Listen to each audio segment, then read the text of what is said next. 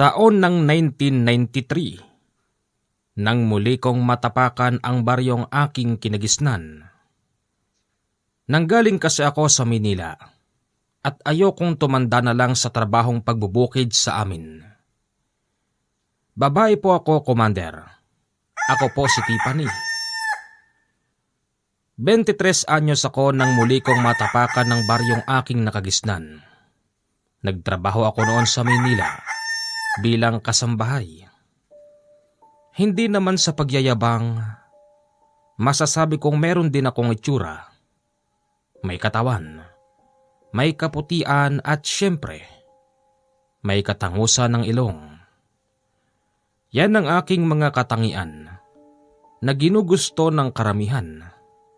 Kaya lang, medyo may katarayan. Natuto ako, Commander, nang muli kong matapakan ang lupang aking nakalakhan. Hindi naman sa pagyayabang. Kung usapang katahimikan lang, maipagmamalaki ko ang aming baryo. Bagamat sa aming baryo ay may kilalang aswang at mangkukulam, pero hindi siya nangaano ng mga tao sa amin. Katunayan, nakakasama pa ngayon ng karamihan pagdating sa mga handaan. Piyesta, birthday, kasalan at binyagan. Present ang taong kilalang aswang sa amin. Paring David. Oh, pare, Melchor. Bakit? Pare, masyado akong nahihiwagaan dyan sa bagong lipat. Yung binata, paring David. Ha? Inaano ka ba nung dayo? Hindi ka naman inaano. Ang akin lang naman, pare. Isang linggo na rito ang taong yan. Sa loob ng isang linggo, isang beses ko pa lang siya nakitang lumabas. At ewan ko ba kung anong meron doon sa binatang yun. Aba, parang artista kong umasta. Daming nahuhumaling na babae sa talipapa. Ganun talaga, pare. Kapag gwapo. Tay, sinong dayo sinasabi nyo? Yung lumang bahay na yun, anak. Di ba wala naman tao doon? Meron. Isang linggo na rito ang taong yun. Sa loob ng isang linggo, isang beses lang siyang lumabas. Ano namang itsura? At bakit pinagkakalipunpunan siya ng mga babae? Sabihin na nating moreno, maganda ang katawan, may katangkaran, at syempre, gwapo. Oh, yun lang? Bakit? Bakit mo tinatanong? Interesado ka ba? Ay nako, Tiffany. Siguro, hindi yun papasa sa taste mo. Bakit naman po? Kasi galing ka ng Maynila eh. Yang mga tipo mo, mayaman ang hinahanap. Pare, paano kung mayaman din pala ang taong yun? Hindi nga natin malaman kung mayaman ba. Kung ano niya ba yung dating may-ari ng bahay. Baka mamaya, pinatira lang pala siya dyan ng dating may-ari ng bahay.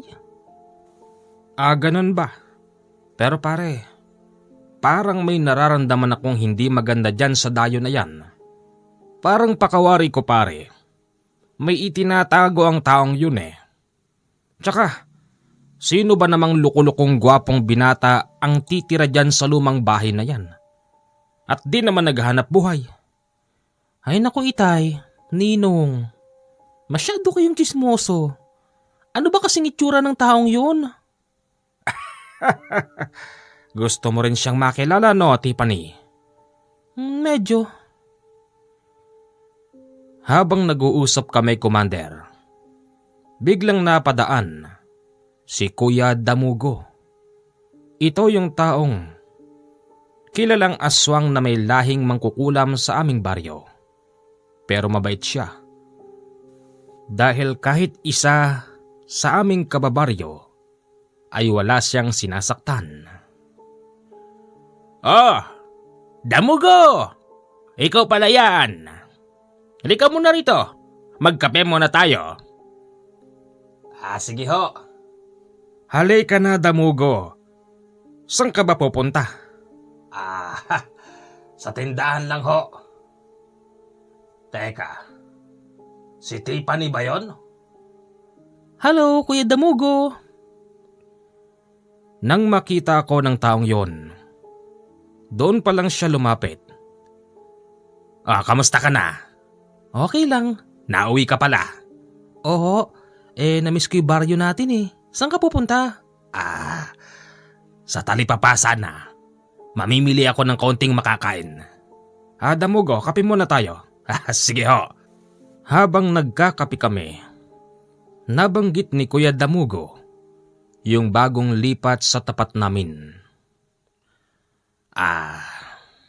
Tata David, Tata Melchor, yung bagong lipat dito, ni minsan ay hindi ko pa nasilayan magmula nang tumira sa dyan. Hindi yata lumalabas. Wala yatang tiwala sa mga tao rito sa atin. Baka naman kasi Damugo, nag-i-enjoy lang siya mag-isa. Baka naman malungkot yung tao. Pero alam nyo, base dun sa nakita ko sa kanya, mukha naman siyang hindi malungkot. Mukha naman siyang... ayun! Lumabas yung tao!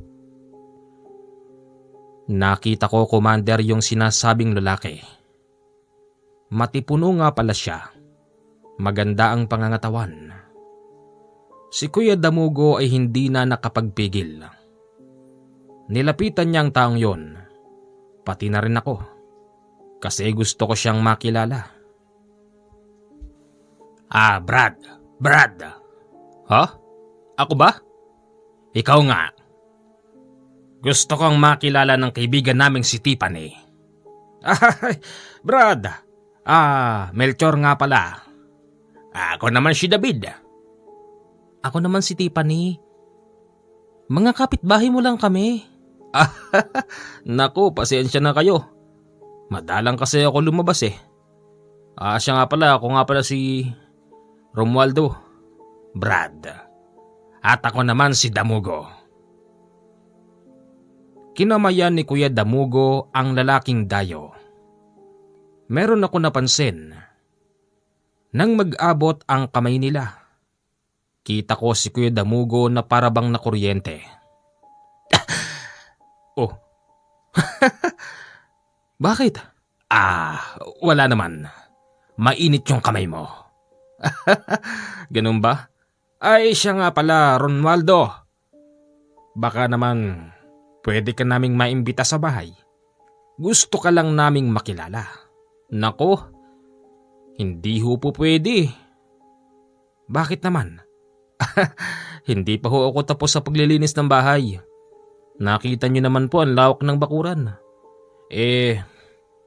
Bilin ho kasi sa akin ni Mr. Santos.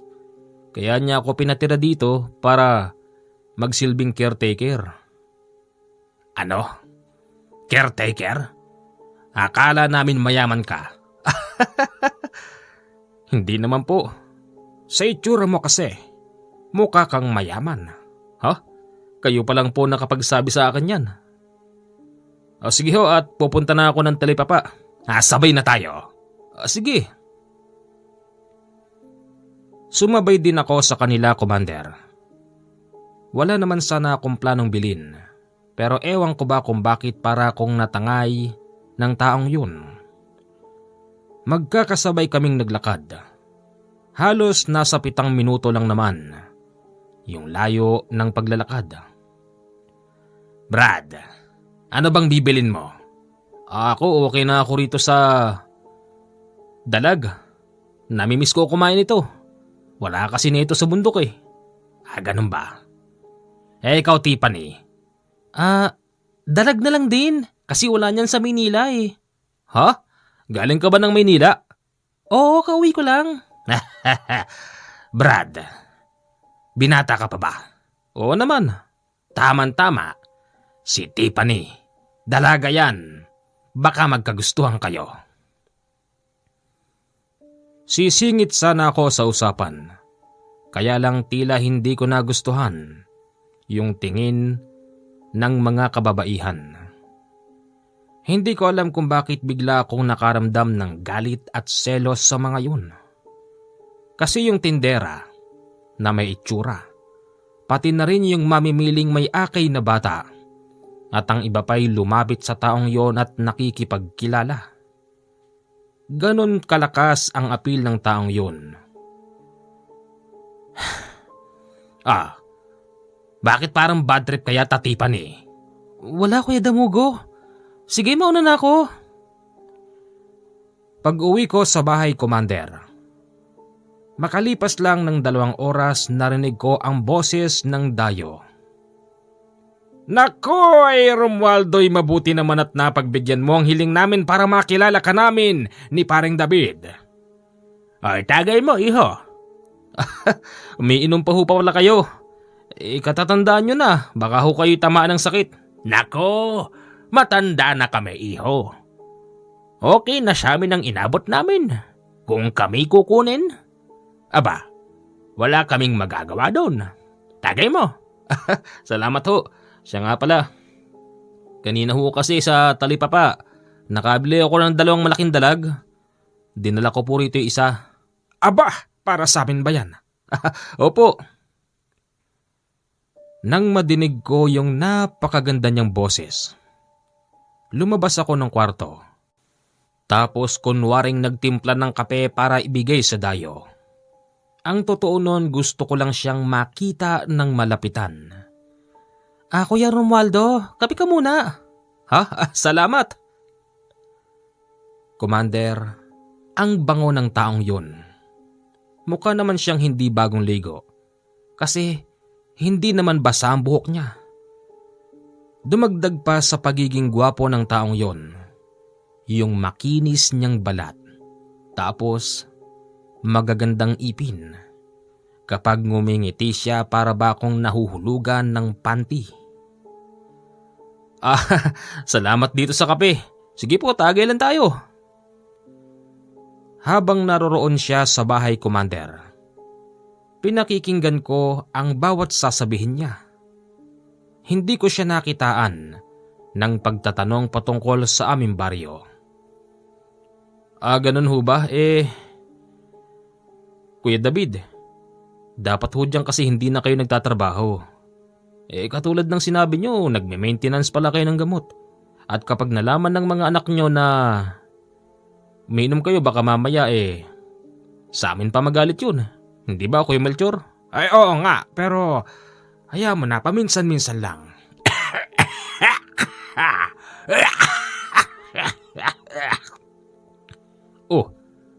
Malala na yata yung ubo nyo ah.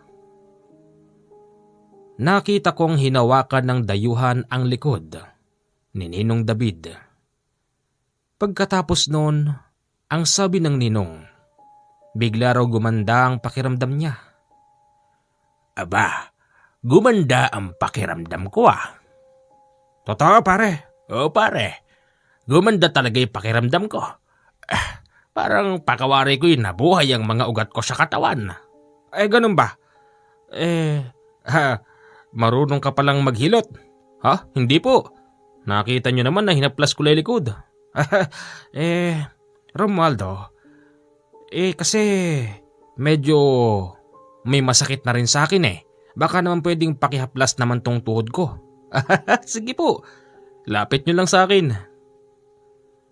Hinaplas ng taong yun ang 2 tuhod ni Itay. Katulad ng sinabi ni Ninong David, bigla rin daw gumanda ang kanyang pakiramdam. Tipan Tay? Magpahilot ka na sa kanya. Ha? Wala naman akong sakit. Meron. Paano meron? May sakit ka sa puso. Ha? Anong? Hindi po ako nagpapadoktor. Ibig ko sabihin, masakit ang puso mo kasi iniwan ka ng kasintahan mo sa Manila. Kaya ka nga umuwi rito, di ba? Laking pagtataka ko kung paano niya nalaman yon. Naisip ko na lang na baka biro niya lang sa akin yon O kaya na may hula. Sa bagay wala namang kasing maniniwala na hindi ako nagkaroon ng kasintahan dahil nga sa aking kagandahan. Ganun lang naman ang paulit-ulit na napag-uusapan. Tapos biglang dumating si Kuya Damugo. May bitbit itong dinuguan. Magandang gabi. Oh, Damugo, andyan ka pala. Napansin ko kasi, nagiinuman kayo. May dala akong pulutan para sa inyo. Aba, ano yan? Dinuguan. Bakit? May problema? Wala naman. Medyo nagulat lang ako. Dahil sa alam ng mga tao sa amin na si Kuya Damugo ay kilalang aswang at may kakayanan din sa pangungulam, walang tumikim sa dala niyang dinuguan. Kaya't nagalit ito at sinipa yung lamesa ng pinag-iinuman. Ano ba ang problema mo, Damugo? Nakakainis kasi kayo. Ipinagluto ko kayo, tapos ayaw niyong tikman? Brad, wala namang ganyanan, respeto na lang. Hindi naman lahat ng tao kumakain ng dinuguan eh. Siguro kung dinala mo rito adobo, baka wala ka matikman. Baka ako pa lahat kumain yan. Ganun ba? Saglit lang. Tamang-tama yung sinabi mo. May natira pa akong karne sa bahay. Ay Damugo, huwag ka nang bumalik. Wala na ring inumin, natapon na. Bibili ako. Makalipas ang kalahating oras dumating na si Kuya Damugo. Bitbit nito ang 2 bote ng alak. Tapos merong isang malaking tupperware na naglalaman ng adobo. Wow! Yan ang masarap! Sige, tikman mo kaibigan. Agad itong tinikman ni Romualdo. Ganito ang naging panglasa niya sa adobo. Masarap. Walang asin. At walang bawang. Kaibigan, hindi ako naglalagay ng asin sa adobo. Kasi yung toyo, maalat na yon. Pero bakit walang bawang? Okay lang na walang bawang. Basta't may sibuyas at luya. Ayos. Tama yung sinabi nyo. Paano? Tuloy na ang inuman. Natuloy na nga ang inuman sa hapon na yon. Unti-unti nang nalalasing si Kuya Damugo. Ang taong yon kapag nalalasing, meron siyang bukang bibig. Yung tipong hinding-hindi maaalis sa kanya kahit saan siya magpunta. Patay! Pinatay ko talaga. Ano? Pinatay mo talaga? Oo, pinatay ko talaga. Kasi alam mo, hindi naman ako papayag na basta na lang akong gagaguhin kapag ako'y nasa dayo. Oh? Pinatay mo yung tao? Buti hindi ka nakulong. Si Damugo makukulong? Malabo yon. Walang sino mang pulis ang pwedeng humuli sa akin. Bakit sino ka ba? Ay, wag mo nang tanungin, iho. Kasi, dito sa amin, kilala ako ritong aswang na may lahing mangkukulam.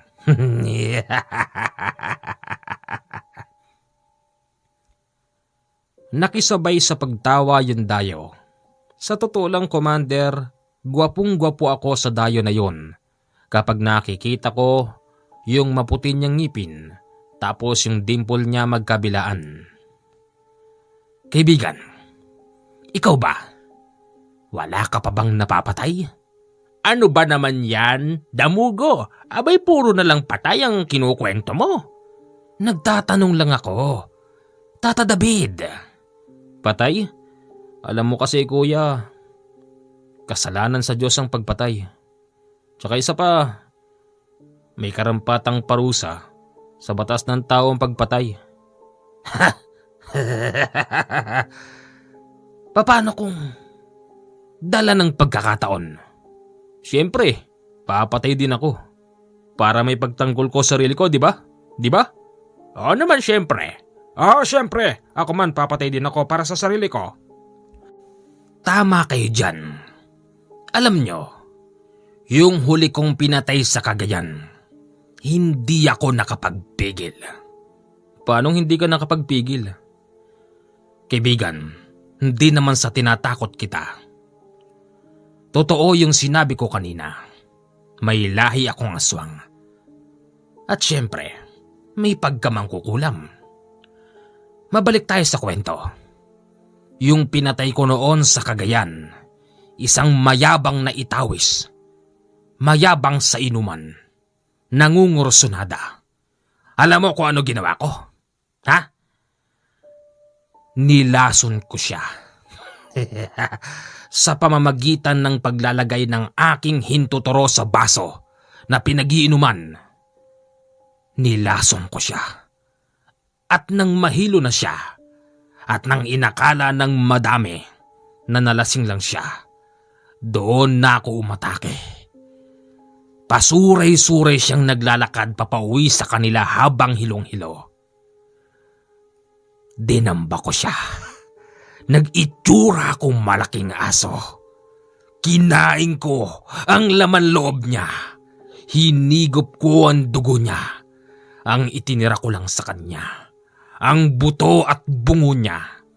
Pati ang kanyang mga mata ay hindi nakaligtas sa akin.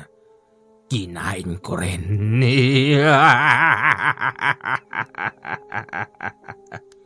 Ganun ba? Ang tindi mo naman pala. Teka, bukod tangi kang tumawa. Hindi ka ba natatakot? Bakit naman ako matatakot? Wala naman akong ginagawang masama sa'yo. Matatakot ako kapag meron akong ginawang masama sa'yo, di ba? Gusto ko yung mga katwiran mo. Damugo, baka naman po pwedeng tigilan natin to. Magtatrabaho pa kasi kami bukas. Wala namang problema doon, Tata Melchor. Tata David, iwan nyo na lang kaming dalawa. Nagtitinginan si Ninong at si Tatay. Nagsisenyasan sila ng wag. Ayaw kasing ipagkatiwala ni Tatay at ni Ninong ang dayong gwapuhan kay Kuya Damugo. Hindi. Sige, ituloy natin yan. Ituloy natin. Sige. Narinig ko pa ang sumunod na kwento sa amin ni Kuya Damugo. Commander, halos hindi magrehistro sa isip ko yung nakakatakot at nakakadiring kwento niya. Taon ng 1989. Nandoon daw siya noon sa gawing Kabisayaan.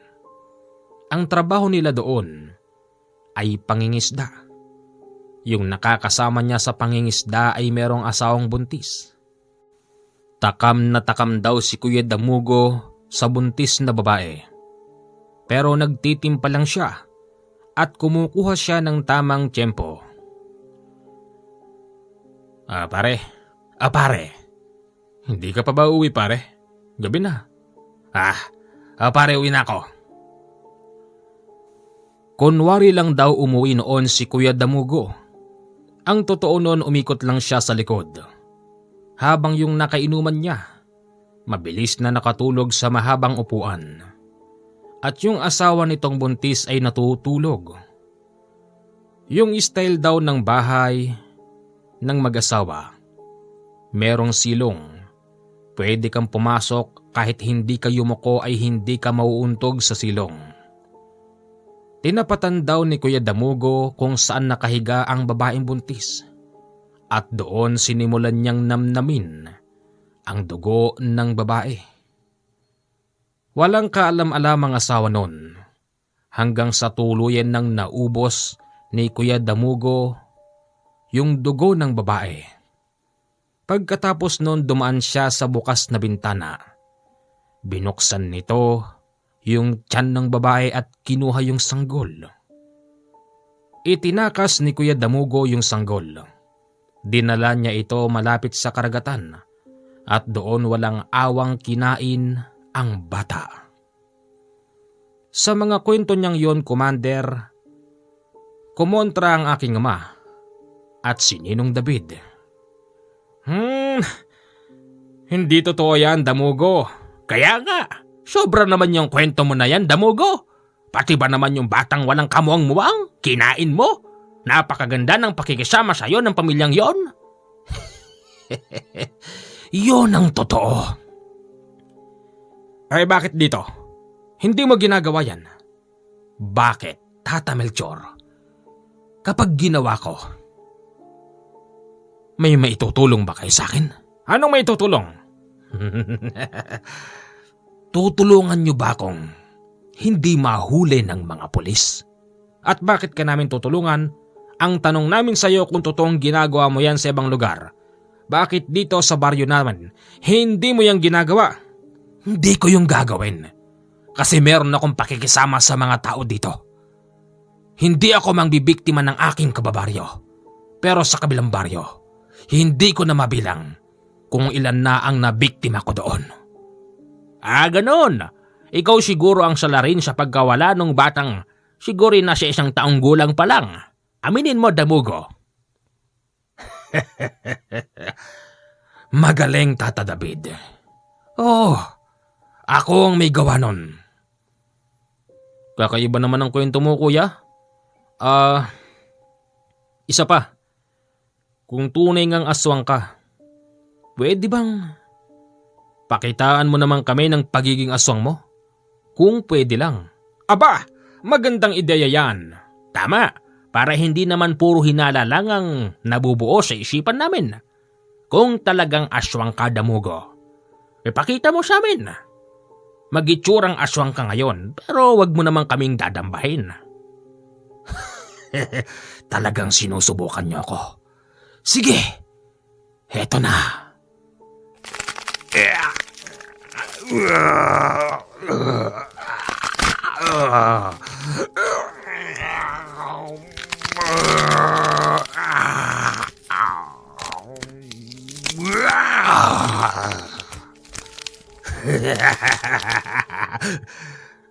Naniwala na kayo ngayon?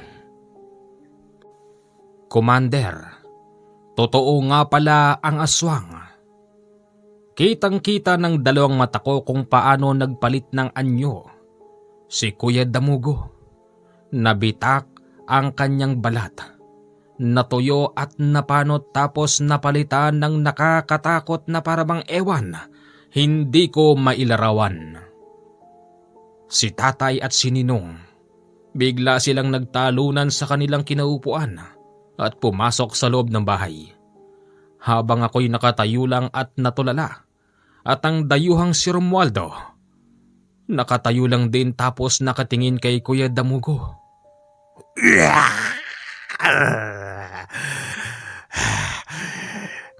Ano? Bakit kayo umalis sa lamesa? Ha? Totoo nga. Aswang ka nga. Akala ko natakot yung dayo. Pero iba yung ngiti niya, Commander, nang makita niyang totoong aswang si Kuya Damugo. Napangiti pa ito sa akin. Tapos tinawag niya si tatay at si Ninong. Oh, Tata Melchor, Tata David, balik na kayo rito. Inuman na tayo. Ay, inaantok na ako eh. Uwi na ako sa amin. Damugo, pakibalik mo na nga sa dati itsura mo. Ayoko. Mag-iinuman tayo na ganito ang itsura ko. Natatakot nga sila.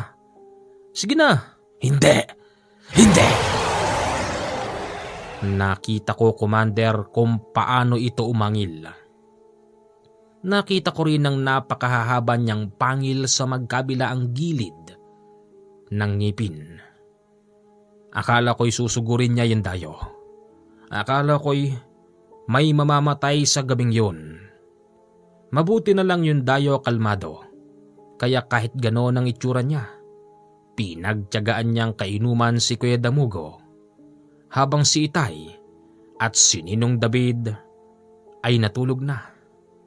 Ako nung oras na yon nandun pa rin ako. Hindi pa rin ako makaalis sa aking kinatatayuan. Natuloy pa rin noon ng inuman. Napansin ko ang ginagawa ni Kuya Damugo sa kainuman niya. Yung katulad sa kwento niya. Yung kanyang hintuturo ay ipinapatong niya sa labi ng baso. Tapos ipinapasa sa kainuman. Siya kasi ang tanggero nung dalawa na lang sila. Napapansin ko, hindi ka yata nalalasing. Hindi mo ko kayang itumba sa inuman at kahit saang paraan. Paano? Paubos na. Bukas na lang ulit. Okay, gusto mo tunggain ko pa yun eh. Sige. Bago iabot ni Kuya Damugo kay Romualdo yung boteng may laman, napatingin kami sa bandang kaliwa. Narinig kasi namin parang may taong dumarating. Nang ibaling ko yung tingin ko kay Kuya Damugo, meron siyang ibinubulong sa bote. O akin na, tagayin ko na yan. Sige. Gusto kong pigilan ng dayuhan na inumin yun. Pero huli na ang lahat dahil naubos na niya yung alak sa bote. Kibigan, payo lang. Kapag pauwi ka sa inyo, pwede bang pakibalik mo naman sa dati ang itsura mo? Baka mamaya makasalubong ka ng tao, matakot pa sa'yo. Diyan lang ang bahay ko. Sa papalabas lang ng baryo. Huwag ka mag-alala. Hindi ako nang aano ng mga kababaryo ko. Nagpaalam na silang dalawa, Commander, at doon pa lang ako nakakilos. Sa totoo lang, hindi ako nakatulog sa loob ng magdamag. Nang dahil sa aking mga nasaksihan. Kinabukasan magang-maga. Hindi pa man sumisikat ang araw, lumabas na ako ng kwarto. Ang plano ko noon magwawalis-walis ako sa labas. Habang nagwawalis ako, Commander, napansin kong may humintong tricycle sa tapat ng bahay ng dayuhan. May bumaba roon na isang magandang babae. Aminin ko na insecure ako sa babaeng yon. Kung ikukumpara ko ang itsura ko sa kanya, lamang siya sa akin ng 10 paligo. Ang babaeng yon ay sinalubong ni Kuya Romualdo. Napansin kong nag-akbayan pa yung dalawa habang papasok sa loob.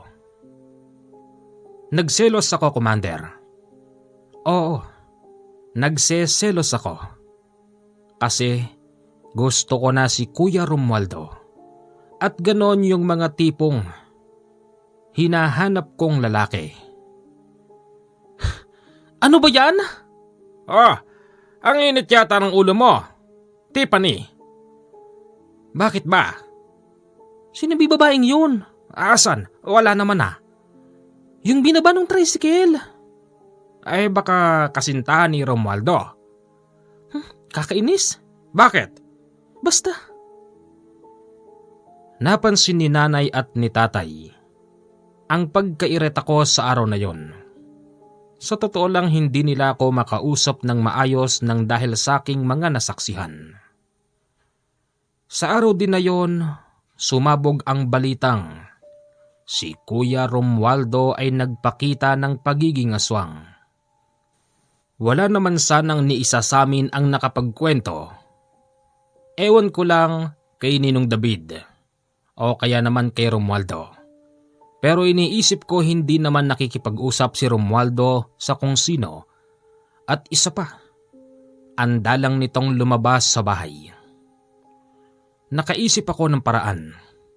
Gusto kong maging sakin lang siya. Kaya't yun ding araw na yon pinuntahan ko si Kuya Damugo sa bahay niya. Inabutan ko siyang kasalukuyang nakahubad.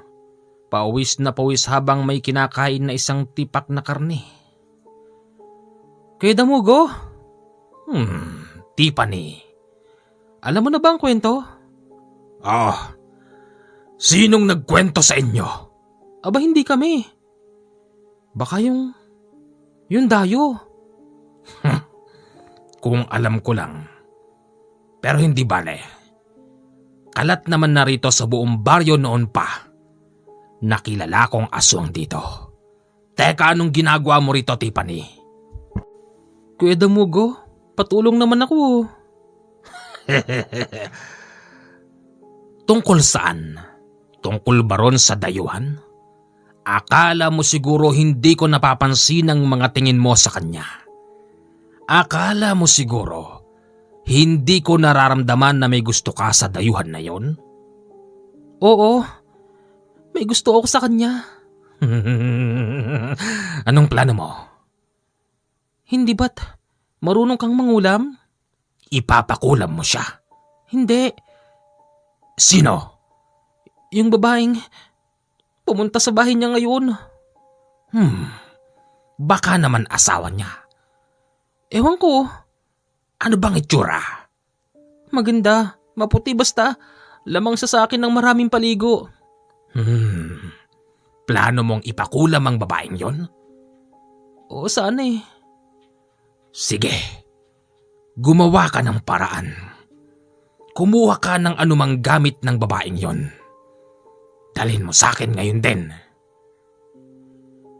Commander, mabuti na lang nandyan si Kuya Damugo. Pumayag ako sa gusto niya kasi namin ko sa kanyang gusto kong mapasakin si Romualdo. Gumawa ako ng paraan kung paano ako makakapasok sa bahay ng dayo. Una, nagluto ako ng masarap na pagkain. Gusto ko siyang dalan. Tapo. Sandali lang. Paglabas ni Kuya Romualdo, kitang-kita ko ang napakaganda niyang katawan. Nakahubad kasi ito. Tapos ang suot niya ay pang ibaba lang. Oh, Tiffany, ikaw pala. May dala akong masarap na umagahan. Ayos to ah. Salamat dito. Pwede ba akong pumasok? Makikisi-CR lang ako saglit. O sige, pasok ka. Nang tumalikod si Kuya Romualdo para dalhin sa kusina ang ulam. Doon ay nakita ko sa sopa. Merong kulay itim na jacket. Sa jacket ay nakita kong merong buhok. Buhok na mahaba tapos may kulay. Agad kong dinampot yon at sinigawan ko si Kuya Romualdo. Nasa bahay na lang ako jijinggel. Mabilis akong tumalilis at pumunta ako sa bahay ni Kuya Damugo. Ang bilis mo naman. Dala ko na yung buhok. Buhok nino yan?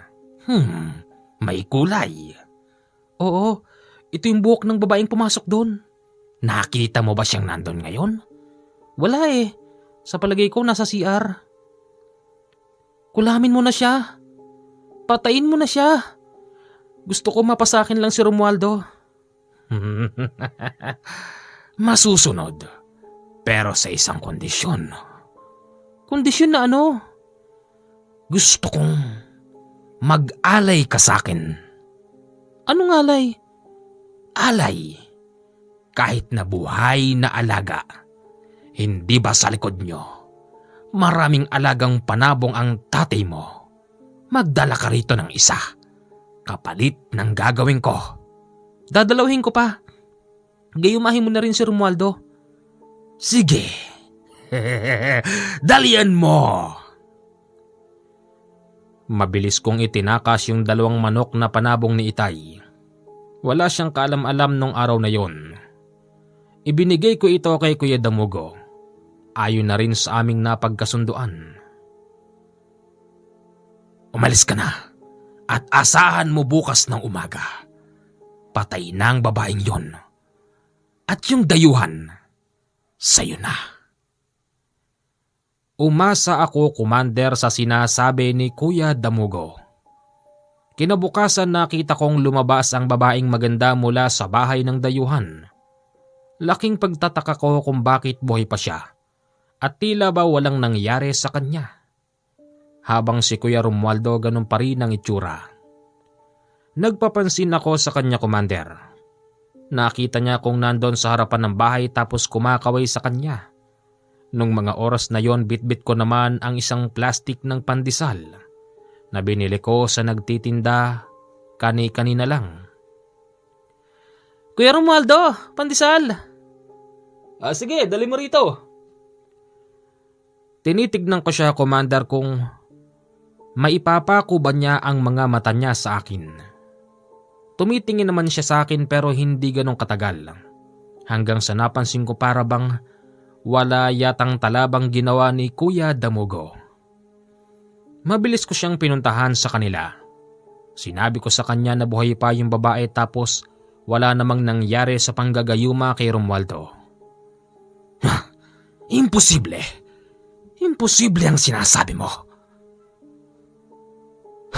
Lahat ginawa ko para mamatay ang babae. Pero nakita ko siya. Maganda pa rin siya. Nakakatayo, nakakangiti. Tapos, yung dayuhan. Para bang hindi niya ako nagustuhan. Imposible ang sinasabi mo. Palagay ko, may mali sa dayo na yon. Malalaman natin yan. Mamayang gabi, dadaanan kita sa inyo. Magsuot ka ng purong itim. Pupunta tayo sa kanya. Anong gagawin mo? Basta! Kinagabihan, Commander, dinaanan nga ko ni Kuya Damugo. Magmula ulo hanggang paa nakasuot ako ng purong itim. Siguro para na rin hindi ako makilala. Maliit pa lang ako noon, Commander. Ang bahay na tinitirhan ng dayuhan ay dati ko nang napapasok kaya't alam ko ang lagusan. Umakyat kaming dalawa noon ni Kuya Damugo sa malaking santol. Merong malaking sangay santol papunta sa balkoni ng bahay at doon ay nagtagumpay kaming makapasok sa loob ng bahay. Nasaan kaya siya? Huwag kang maingay. Baka marinig tayo. Baka nasa kwarto. Ano ba kasing gagawin natin? Hindi ba't gusto mo siyang mapasayo? Hindi tumalab ang ritual ko sa kanya. Kaya't harap-harapan ko siyang riritualan. Papasok tayo sa loob. Pumasok nga kami sa loob, Commander. Hindi pala niya nilak ang pintuan ng kwarto niya.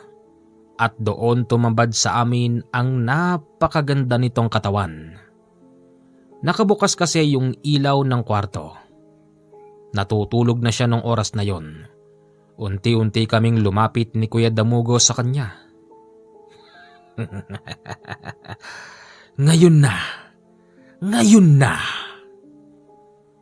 Doon ay narinig kong nag-usal siya ng salitang hindi ko maintindihan. Inaasahan ko na, Commander, na sa pagdilat ni Kuya Romualdo ako ang kanyang makikita at agad niya kong hahalikan. Pero tila ba na iba ang pangarap ko. Kasi nang mapadilat siya, Commander, meron siyang kinuha sa ilalim ng kanyang inuunanan. Tandang-tanda ko isang maliit lang yon na kutsilyo na parabang gawa sa ginto na pinaghalong kulay itim na bato. Maniwala kayo o hindi, bigla yun humaba at hinataw nito si Kuya Damugo.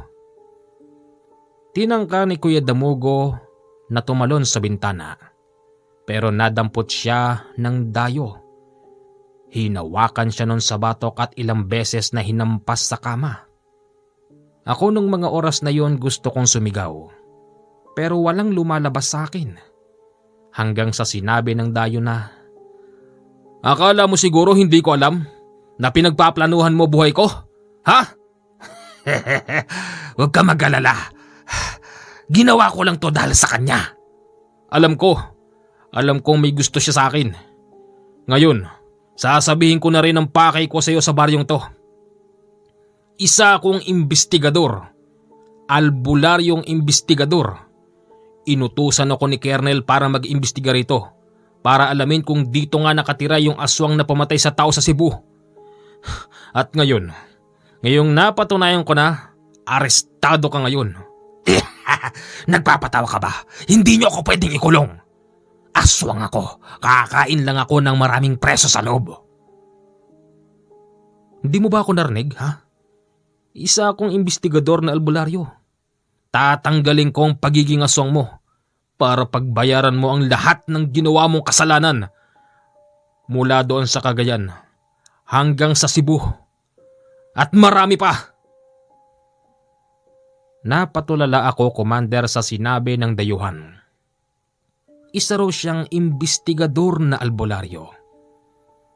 Nagulat din ako sa sinabi niyang hindi daw Romualdo ang pangalan niya. Bagkos ang tunay niyang pangalan ay Nolesto. Pilit pang nanglalaban noon si Kuya Damugo. Pero hindi pa rin siya umuubra sa lakas ng taong yun. Nakikita kong nasusugatan ni Kuya Damugo ang braso ng dayuhan. Pero nakikita ko ring naghihilom yung sugat. Sa mga punto na yun, hindi na ako makapaniwala sa nakikita ko. Kahit na nagpalit na ng anyo si Kuya Damugo ay hindi pa rin siya binibitawan ng dayuhan. Ano, Damugo?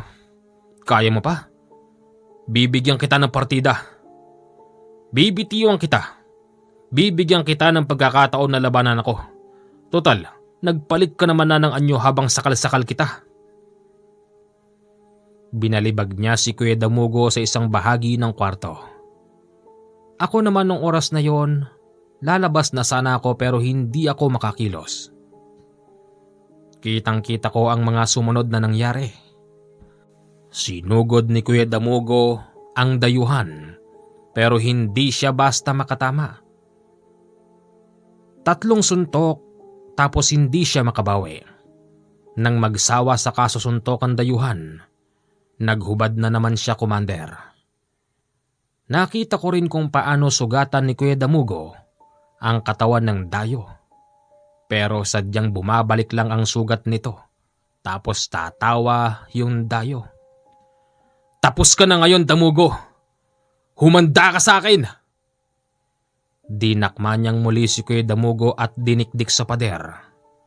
Ang kanyang bunganga ay sadyang ngumanga. Nang dahil sa pagkakasakal, kitang-kita ko nang meron siyang ilaglag doon na isang maliit na bagay. Hindi ko alam kung ano yon. Alam kong nailulunyo ni Kuya Damugo. Pagkatapos noon binitiwan niya na ito. Kasabay noon ang malakas na paghiyaw niya tapos ang pagsuka ng tintang kulay itim. Halos 5 minuto siyang nagsusuka. Kaya't bumaha ng tintang itim sa buong kwarto. Pagkatapos noon, muling nagbalik ang itsura niya sa dati. Anong ginawa mo sa akin? Wala na, Damugo. Hindi mo na may babalik pa sa dati ang itsura mo. Hindi ka na ngayon aswang. Ngayon, magbabayad ka sa lahat ng kasalanan mo. Nagulat ako sa sumunod na nangyari. Hindi ko akalain, Commander, na hindi lang pala kami ang tao sa loob ng kwarto ng oras na yun. Dahil sa merong naglalakihang aparador, may lumabas doon na 3 lalaking mga unipormado at may hawak na mahahabang baril. Pinusasan nila si Kuya Damugo, binasahan ng karapatan. Hindi namin napansin noon ni Kuya Damugo na sa likod pala ng bahay, nakaparada ang isang jeep owner na sinakyan ng mga taong yun. Magaling! Sinasabi ko na nga ba, Kanole, na maaasahan ka pagdating dito sa kaso na ito. Hindi man ikaw ang tamang sundalo na dapat na humuli sa kanya, pero ikaw pa rin ang hiningin ko ng tulong. Maraming salamat sa pagtulong mo sa amin. Mga sundalo pala sila ng Philippine Constabulary na may hawak sa kaso ni Kuya Damugo. Marami pala itong warrant at doon lang namin napag-alaman na tunay ngang hindi lang sa Cagayan at Cebu nagkaroon ito ng kaso. Purong pagpatay at pagkain sa laman ang kaso niya. Ikaw naman, Iha, kung maasa kang tatalab yung ginawa niya sa akin na pang hindi ubra yun. Isa akong albularyo. At kung iniisip mo rin na tatalab yung kulam doon sa babaeng kasama ko, nagkakamali ka. At siya nga pala yung babaeng yon, taga CIS siya. Miyembro siya ng Philippine Constabulary at kaya siya nagpunta rito dahil naaayon yon sa plano namin. Ganon ba? Nagselos ka naman. Nako, pasensya ka na, Tiffany. Hindi kita gustong pasahin, pero pasensya ka na, hindi kasi ako pwede mag-asawa eh. At siya nga pala hindi ko kasintahan yun. Yung nakita mong pag-akbay ko sa kanya, palabas lang yun. O paano? Punta ka na lang sa headquarters.